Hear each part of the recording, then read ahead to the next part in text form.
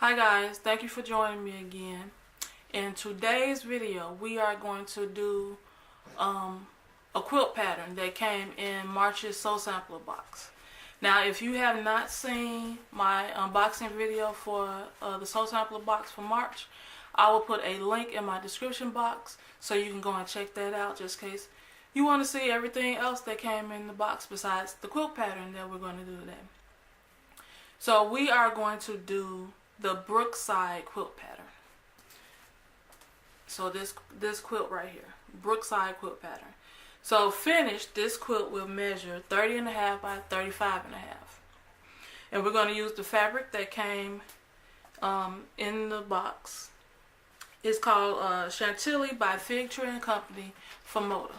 So we're going to use this. So you can see some of the fabrics, but you'll get a better look at it once we get going, once I start sewing all the pieces together, and you'll see it a little better. So that's just a glimpse at some of the fabric. So we're gonna do that quilt pattern, and I'm hoping, fingers crossed, that there would be enough fabric left over after we finish the quilt that I can do a tote bag that the quilt can go inside, because my plan is to give this to my niece because she is having a baby that is due, I believe, in either June or July. She's having a little girl, so I figured this quilt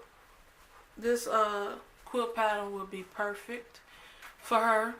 And two, if when I'm done it's a little too small, I can always extend it by adding more fabric, which you can do with any quilt. If it's too small, or if you want to make it bigger, just add more to it. So that's what we're gonna do. So I'm going to go and press the fabric, the Jolly Bar, and my background fabric.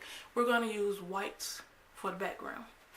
So I'm going to go press the fabric, and then when we come back, we can get started with cutting out all the necessary pieces that we need to put the quilt together. So I will be back shortly. Okay, I'm back. I have all the fabric pressed, and now we are ready to start cutting. So I'm going to turn the camera around so you can see the board and all the fabric, and we can get to cutting. Okay, so I have some of the fabric laid out already. I have them stacked it's 5 in each pile, because I figure that's the most I'm gonna try to cut at once. So I'm not sure that I can give out the measurements for this, but I will say that I need 4 pieces from each fabric, 4 of the same size pieces from each fabric. So we're just going to cut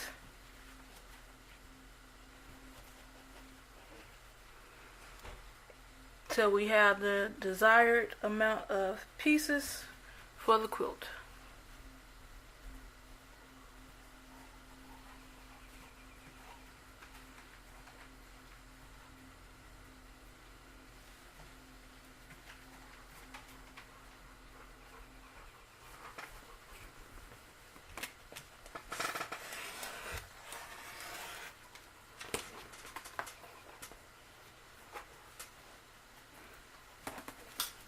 That didn't cut all the way through. Okay.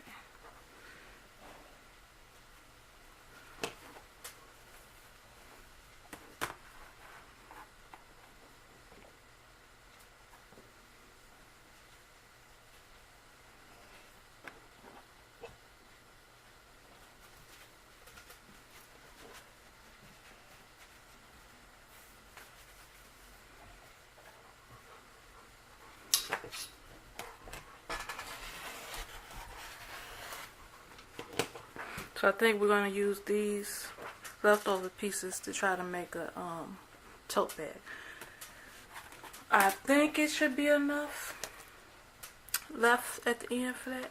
We shall see. So I need to rotate this.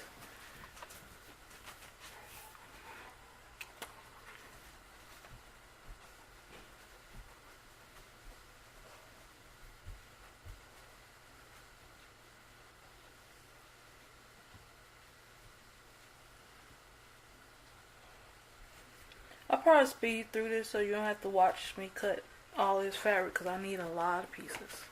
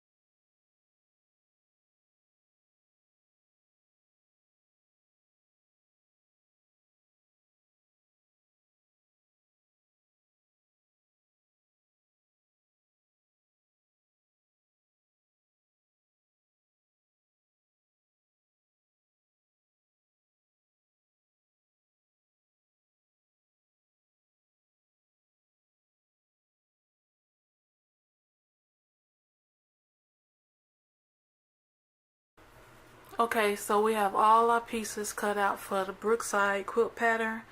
Now we can start piecing it together and get this quilt done. Okay, so I have all the pieces cut. I have the pile of rectangles cut, and then my background squares cut.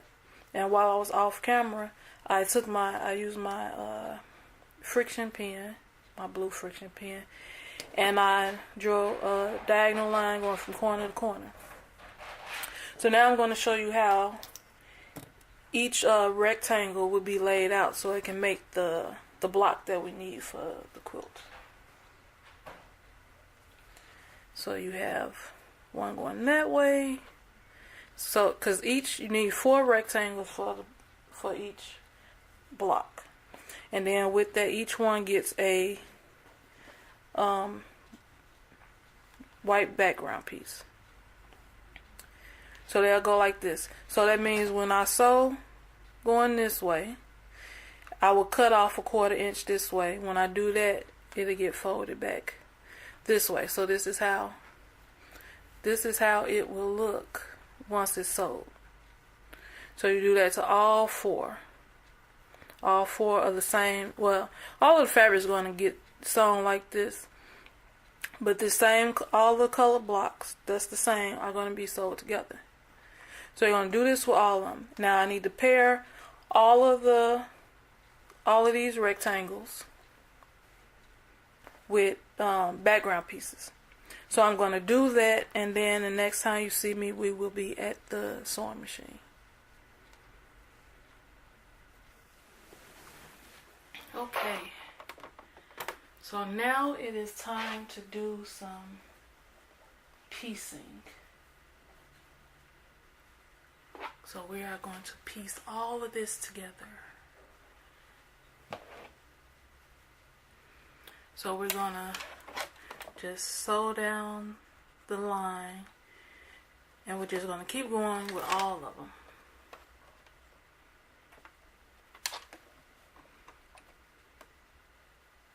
Going to line it up.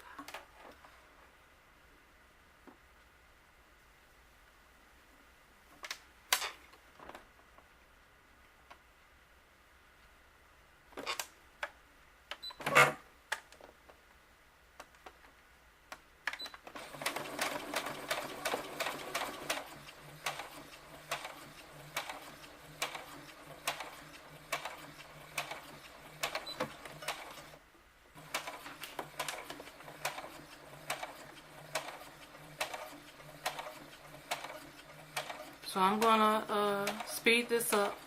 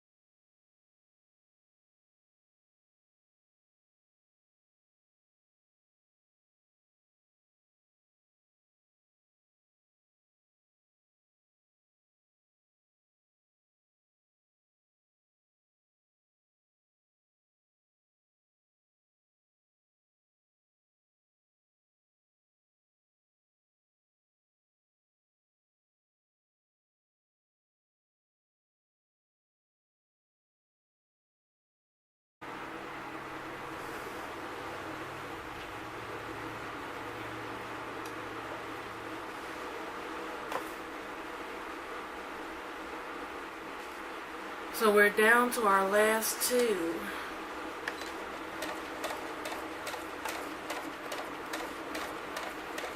So let's finish these off, and then we'll cut off a 1/4 inch from the stitch line, and then press the seams, press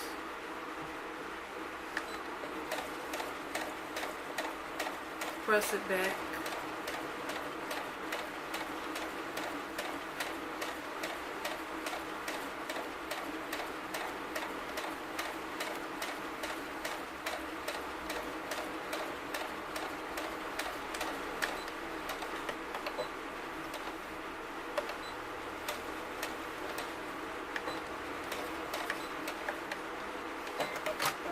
And we are done chain piecing for now. So now I am going to go and cut a 1/4 inch away from the stitch line this way, and then I'm going to press it open, well, press it back this way, so then it would look like this. So I'm going to do that to all the pieces, and then I will tell you what the next step is. So I will be back. Okay guys, I have sewn all of the white squares to the bigger rectangle, the fabric, the printed fabric. So I've sewn all of the squares to the fabric. So now we just have to trim off a 1/4 inch on this side. So let's do that.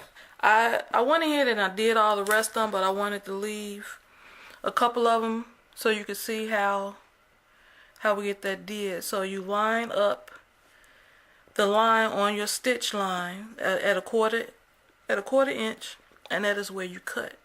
So this is my 1/4 inch line, and it is running along the line that I stitched, because you can see that through the ruler. So then you just cut that off. So now you have it look like this. So let me do the other one, because I have 2 left that I need to do. Because like I said, all the other ones I did already. So now, once you have that done, so now you can finger press this white part back, and then you can go and press it with the iron. So again, I have done all of that. So I have done all the other ones. So then it would be nice and crisp like this. So then when you get them all pressed, this is how they'll be put together. So the 2 that I just cut, I'm going to press those, but before I do, because all this will be done when I come back, this is how you put it together. I left my pens over there. Okay, so you take this one and match them up together. Let me get my pens. Give me a second. Okay. So you match those up so the pretty much so the white is meeting, so it can form that perfect piece in the middle. So you do that to both of those. Let's pretend this one is pressed already. So you do the same thing. You'll line it up and pin it, and then after that you go to the machine and you stitch a 1/4 inch going across the top here. So then once you get that done, because I have went a few steps further because I already feel like this video may be super long and I'm trying to cut it down. So let's pretend I have stitched my 1/4 inch going down here. you will open this up. See how it is going to meet in the middle?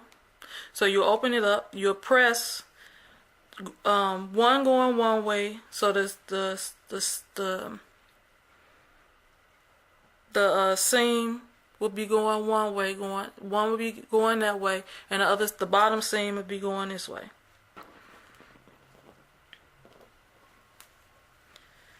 So if that one is going that way, that means you press this one where the seam is going that way. And then they meet up. They'll meet up like this. And then you fold it over and you pin going across. Start with your pin in the middle. I find that that's the easiest way to make sure everything lines up the way it is. If you start in this middle seam, make sure they line up good. And stick a pin in and then work your way out on either end. So once you get it, all of it pinned together, I can show you how that'll look. You will have a piece that looks like this. So this is what I'm saying. So you start pinning, pin it in the middle first. And then go to this seam here and this one and work your way out and pin. So I think I use what? 1, 2, 3, 5 pins. So I had a pin in the middle, a pin on both of these, because this is where those two bulkier seams meet, and then I just pinned one on either end here. Then you just sew a 1/4 inch down the whole thing. So then when you open it, this is what your block is going to look like. So I have done all of my other blocks already. So all of them I did except for these. So I'm about to go do these.